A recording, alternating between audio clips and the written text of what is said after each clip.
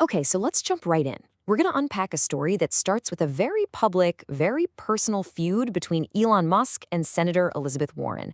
But believe me, it quickly spirals into something much, much bigger.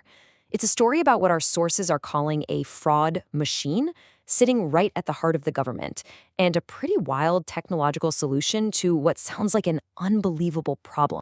So, where does all this kick off? Well, like so many things these days, it all started on social media. The source material really frames this public fight as the spark that lit the fuse on a much larger investigation. And this whole thing was really defined by some pretty sharp, memorable insults. According to the source, you have Senator Warren calling Musk a freeloader and a grifter. And on the other side, Musk shot back by publicly calling her Senator Karen. These names, they really set the tone for the whole debate that came after. Now, Musk's defense, according to the source, really came down to his taxes. His argument was, hey, I'm paying a historically huge amount in taxes. And he contrasted that with the senator, making the point that her salary is actually paid by taxpayers. Now, the source gives us some really crucial context here.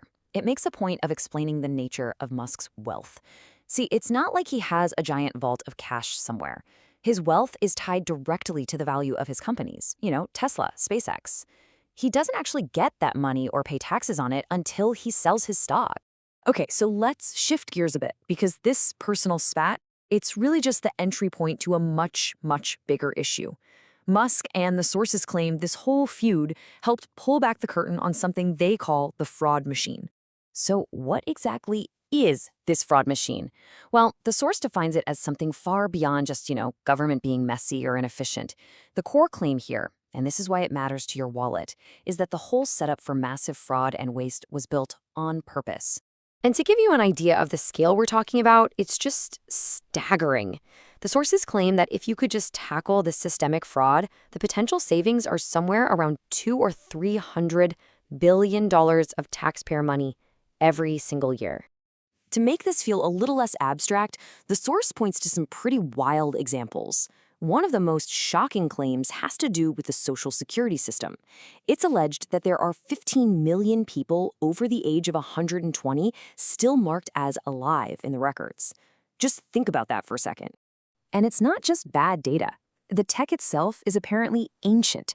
The source also claims the government spends about $100 billion on IT systems that are over 50 years old. I mean, it's almost impossible to keep track of things efficiently with tech that old. And this really brings us to the most crucial point, the one the source just keeps hammering home with this quote. It's the idea of intent. The argument is that this incredible waste isn't an accident. It's not a bug in the system. It's the main feature. So you have this giant, supposedly intentional fraud machine.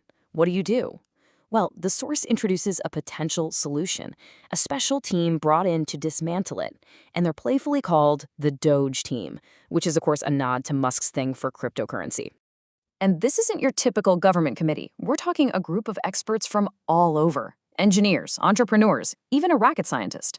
They've been brought in to apply a private sector, efficiency-first kind of thinking.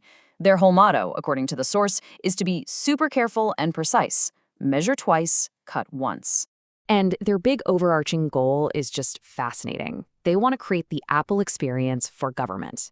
Make things user-friendly, modern, and efficient, which is a huge contrast to what the source describes as the current reality, where, for example, the government is literally using an old mine to store paperwork because their digital systems just can't handle it. So underneath all of this is a pretty clear small government philosophy. The source explains Musk's viewpoint that some federal departments, like the Department of Education, for example, have actually produced worse results since they were created. The idea is to get rid of them and let states compete and innovate on their own. But what about the jobs, right? People always say cutting departments gets rid of jobs. Well, to counter that, the source brings up a famous Milton Friedman story. The gist is, if your only goal is to create jobs, why give workers shovels to dig a ditch when you could give them teaspoons and create way more jobs? The point is that work should actually be productive. But that raises an even bigger question. What if the problem is so big that even smart cuts are just not enough? And that's exactly where the source pivots, and the analysis gets a lot more sobering. After all this talk of fraud machines and DOGE teams, is the system even fixable? The conclusion that's presented is, well, it's not that simple. Okay, so here is the statistic that the source presents as a massive red flag, a real tipping point.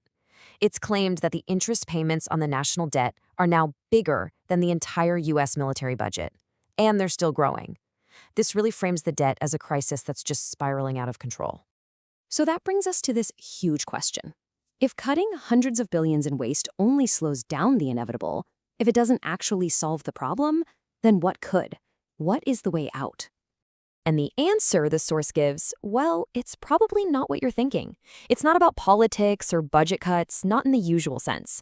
The conclusion from the source is that the only way out is a technological revolution, one driven by artificial intelligence and robotics. So what's the logic here? Well, you can think of it like economic escape velocity. The argument is that the debt is so huge, the only way to ever handle it is to grow the entire economy at a rate we have never seen before in history. And the source argues that the only thing that could possibly spark that kind of massive productivity boom is AI and robotics. And that's what this all boils down to, isn't it? It leaves us with one final, really provocative thought. Can technology, can innovation truly solve problems that are so deeply political, so structural, and so economic? Is technology the ultimate escape hatch for a crisis that seems completely impossible to solve otherwise? That's the powerful question at the very heart of this story.